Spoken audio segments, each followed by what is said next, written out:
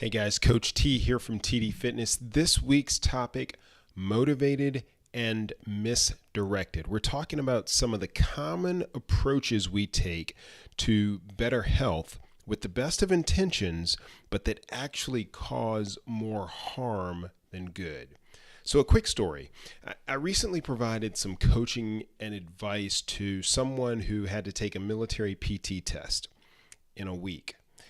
So this individual was worried because his fitness test kind of snuck up on him and he wasn't sure that he was adequately prepared. In the military or in the Air Force, you have to take your test essentially once every year, every 12 months. Now, mind you, this individual has never scored less than 95% out of 100 on his test, but he was still worried. So his plan was to try to get a couple of runs in to prepare for the timed 1.5 mile run that's a part of the test. And he also planned to do some push-ups and sit-ups for that same reason, to prepare for those events of the test.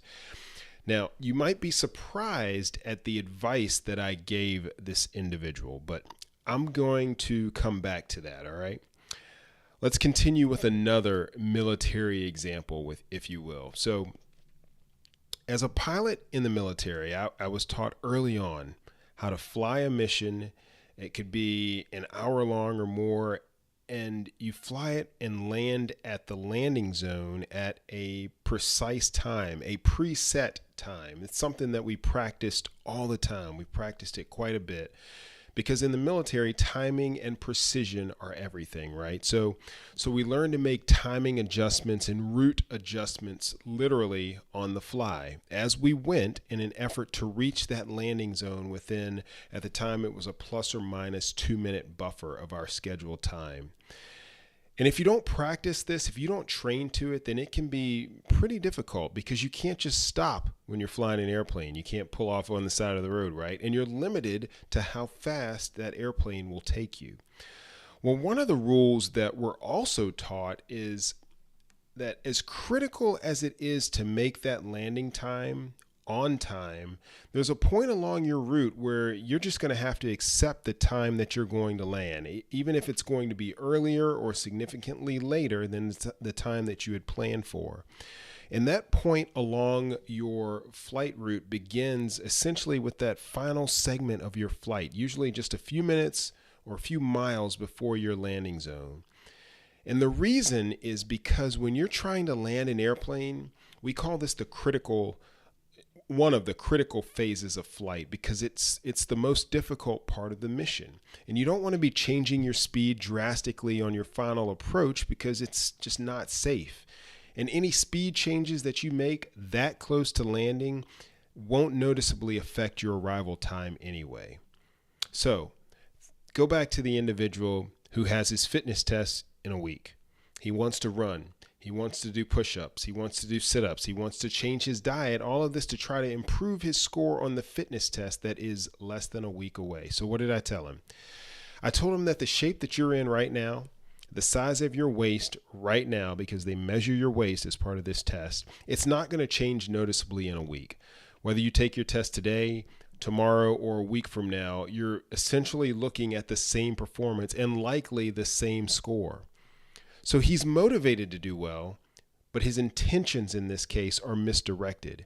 So what I did advise him to do, however, was to get adequate rest over the week, stay hydrated all week long, and to spend some quality time stretching and working on mobility over the next few days.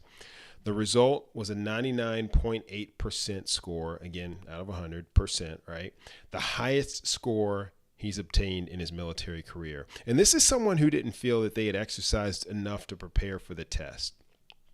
So that advice, not to run, not to diet, not to crank out a bunch of push-ups and sit-ups over the next few days in preparation, that seems counterintuitive. It's kind of crazy talk, right? You're telling me that I'll do better if I don't prepare for these portions of the fitness test? No, I'm telling you that when you're a week out, that's absolutely true.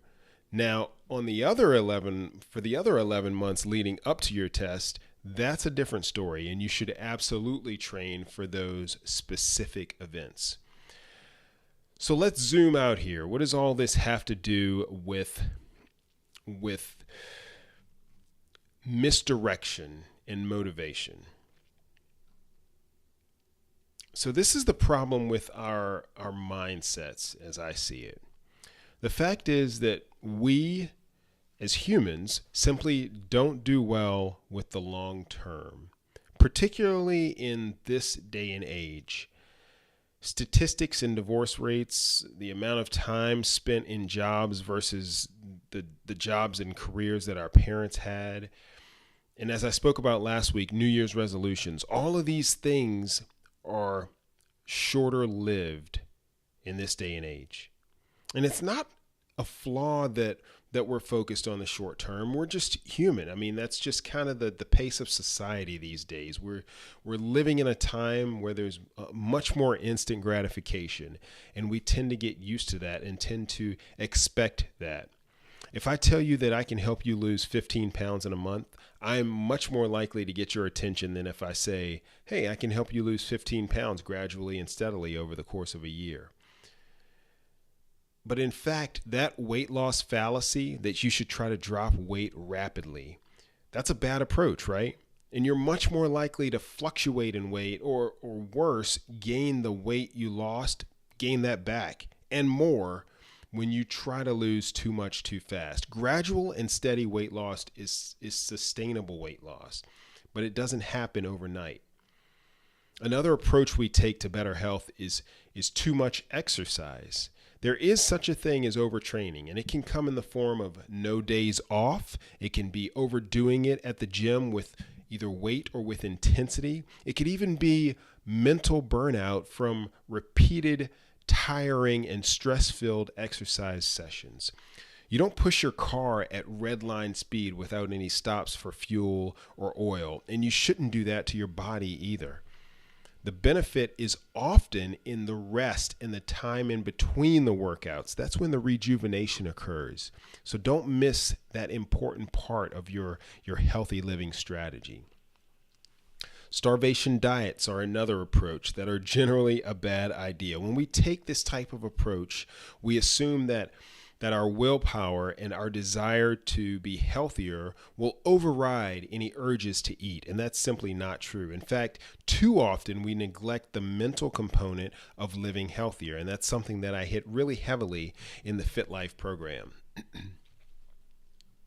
Another thing that I've seen from time to time is that we tend to focus too much on the details. So today we can measure steps, we can measure heart rate, we can measure calorie burn, and a host of other things simply by looking at our watch or looking at our phone. We can track all of our caloric intake, we can measure our output and get a pretty comprehensive picture of how we're doing from a health standpoint, right? But to me, this approach is like the tourist that's so busy taking pictures of the scenery with their phone that they fail to stop and absorb the view and the scenery of the moment.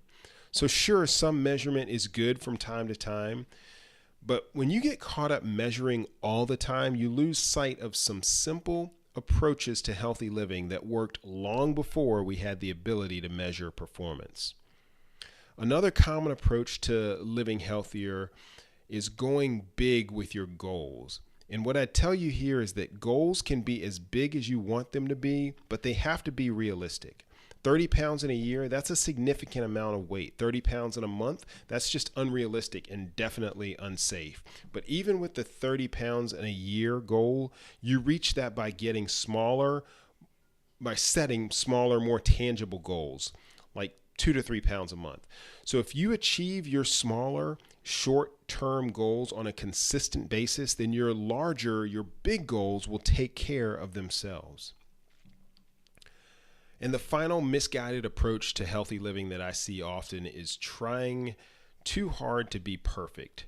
Setting goals for each day with no planned deviation. So Olympians don't exercise every day, right? So why would you? You can't eat perfect all the time either. Consistency over time, you've heard me say this before, beats trying to be perfect all the time. So some takeaways on better ways to approach healthy living and healthy habits. Number 1, take breaks. I talk about this in episode number 9 of the podcast. You want to plan periods, plan days when you don't have to follow your plan. This gives you a glimpse of light at the end of that tunnel. Number 2, don't get so involved in measuring your fitness that you neglect your overall health. And number 3, you want to set incremental goals that help you work toward your larger goals.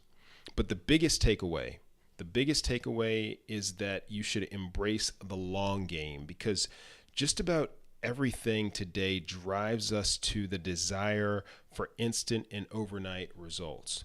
The most valuable things in life are those that you spend the time diligently pursuing and working towards, and those are typically the things that last. Thanks for joining me here. You can catch the show notes for this episode at tdfitness.net/062. There you can listen, you can watch, you can read the transcript of this recording, and you'll find links to all of the references that I made there. You all have a blessed one. Coach T, out.